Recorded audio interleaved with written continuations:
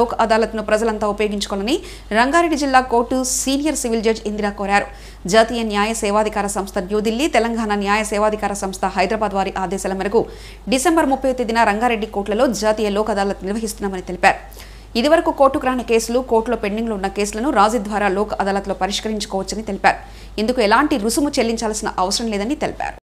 జాతీయ న్యాయ సేవాధికార సంస్థ న్యూఢిల్లీ మరియు తెలంగాణ న్యాయ సేవాధికార సంస్థ హైదరాబాద్ వారి ఆదేశాల మేరకు డిసెంబర్ 30న అనగా 5వ శనివారం రోజున రంగారెడ్డి జిల్లాలోని అన్ని కోర్టులలో జాతీయ లోక్ అదాలత్ నిర్వహించడం జరుగుతుంది.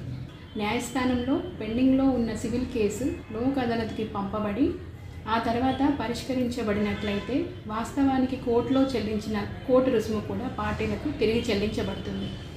లోక్ అదాలత్లో కేసు పరిష్కరించుకుంటే ఇరు వర్గాలు గెలిచినట్టే. ఈ లోక్ అదాలత్ ద్వారా సమయం మరియు డబ్బు వృధా కాకుండా ఉంటుంది.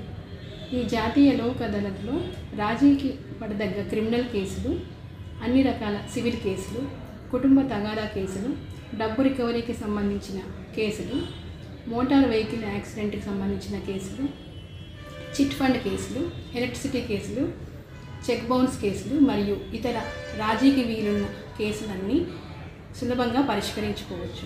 ఇట్టి అవకాశాన్ని ప్రజలందరూ సద్వినియోగం చేసుకోవాలి. రాజీ మార్గమే రాజమార్గం.